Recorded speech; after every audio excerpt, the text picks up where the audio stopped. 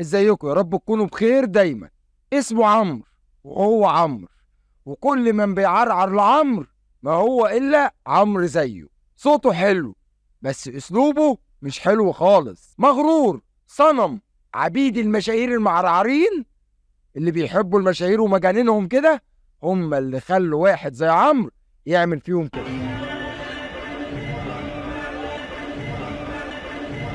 راجل وصل من العمر أرذله، لاقي ناس لسه بتسمعه، يا ريته يحمد ربنا بقى ويسكت يقول لك بس أنا هفضل شغال لآخر لحظة في عمري. لا، ده بيهين الناس ويزهق عليهم ويزقهم ويضربهم. والغريبة بعد ده كله إنك بتلاقي معرعرين المشاهير دايما بيطلعوا ويدافعوا عنهم ويطلعوا لهم اي مبرر. وعجبي الحدوته باختصار، من كام يوم ظهر علينا فيديو قلب الدنيا على السوشيال ميديا لمعجب مع فنان مشهور، والفنان مشغول وبيغني ومشغول حتى عن معجبينه اللي بيغني لهم. اللي المعجب اللي انا هحكي عنه النهارده واحد منهم. المعجب حب يتصور مع الفنان اللي مش بيكبر ابدا، وهو بيتصور الفنان خد بعضه ومشي علشان المعجب يشده من البدله كده عشان يتصور معاه. فالفنان يلف وياكلوا قلم مخبرين، سمع الفرح كله. في مفاجأة صادمة للمعجب اللي كان فاهم ان الفنان ملك جمهوره. بس نقول ايه، في زمن المعجبين بقوا عبيد الفنانين. المهم الفيديو اللي اتشهر اهو.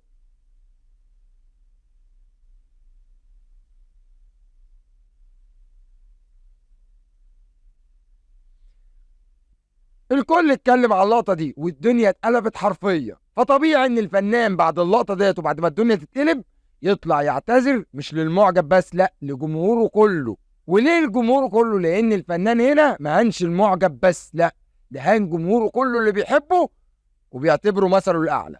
بس الفنان علشان من كوكب تاني وعنده قمرين دول ولا عينين، وعلشان هو حبيبي ولا على باله شوقي ليه، وكمان هو دايما تملي معانا ومحدش عارف هو عايش ولا مش عايش، فعمل فيها مش عايش وكأن ما حصلش حاجه، وكأن اللي اتضرب ده مش انسان ولا ليه اهل اللي هيزعلوا عليه ولا ناس، ولا كأنه حيوان كلب القلم ومشي، ولا عمل حساب بقى ان الراجل ده ليه اهل وناس ولا بلد، ولا يعرف يمشي في الشارع تاني بعد ما اتضرب بالقلم واتهان بالطريقه ديت، ولا كأن حصل حاجه حرفيا. وطبعا مش غريبه على الفنان يعني، ما هو ليه فيديوهات كتير قوي بيهين فيها معجبينه بالطريقه دي.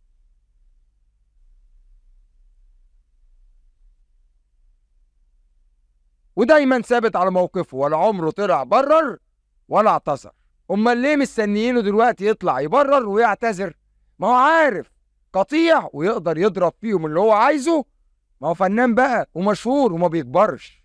المشكلة الأكبر بقى إن ولا حد طلع انتقده ولا هيص عليه ولا حد قال له عيب، ده جمهورك اللي بيحبك اللي وصلك للمركز اللي انت فيه ده، ولولا الجمهور ده ما كنتش ركبت أحسن العربيات ولا سكنت أحسن القصور.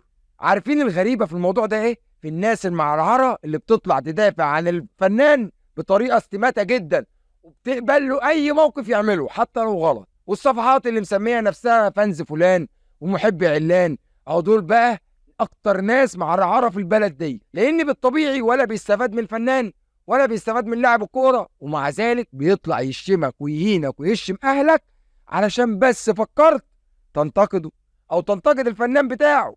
انا عايز اسال بقى الناس المعرعره ديت، دين ابوكوا اسمه ايه؟ بتاكلوا ايه؟ بتحسوا بايه وانتوا بتشتموا الناس عشان فنان؟ ولا حتى هيفكر يسلم عليك وهو ماشي، ولو فكرت تتصور معاه في يوم من الايام هيحصل فيك زي ما حصل للمعجب. اوعوا تصدقوا اللقطه ديت.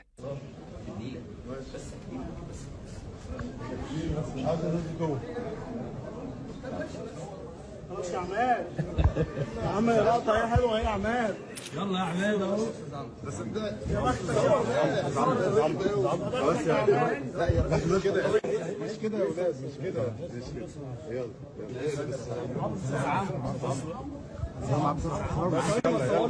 ويطلع حد بقى من محبين الفنان يقول له الله يا عظيم، ما الراجل بيتصور مع الغلابه اهو. ده حتى الراجل اللي عمرو حاول يجري عشان يتصور معاه ويمثل معاه اللقطه خاف منه لا يضربه.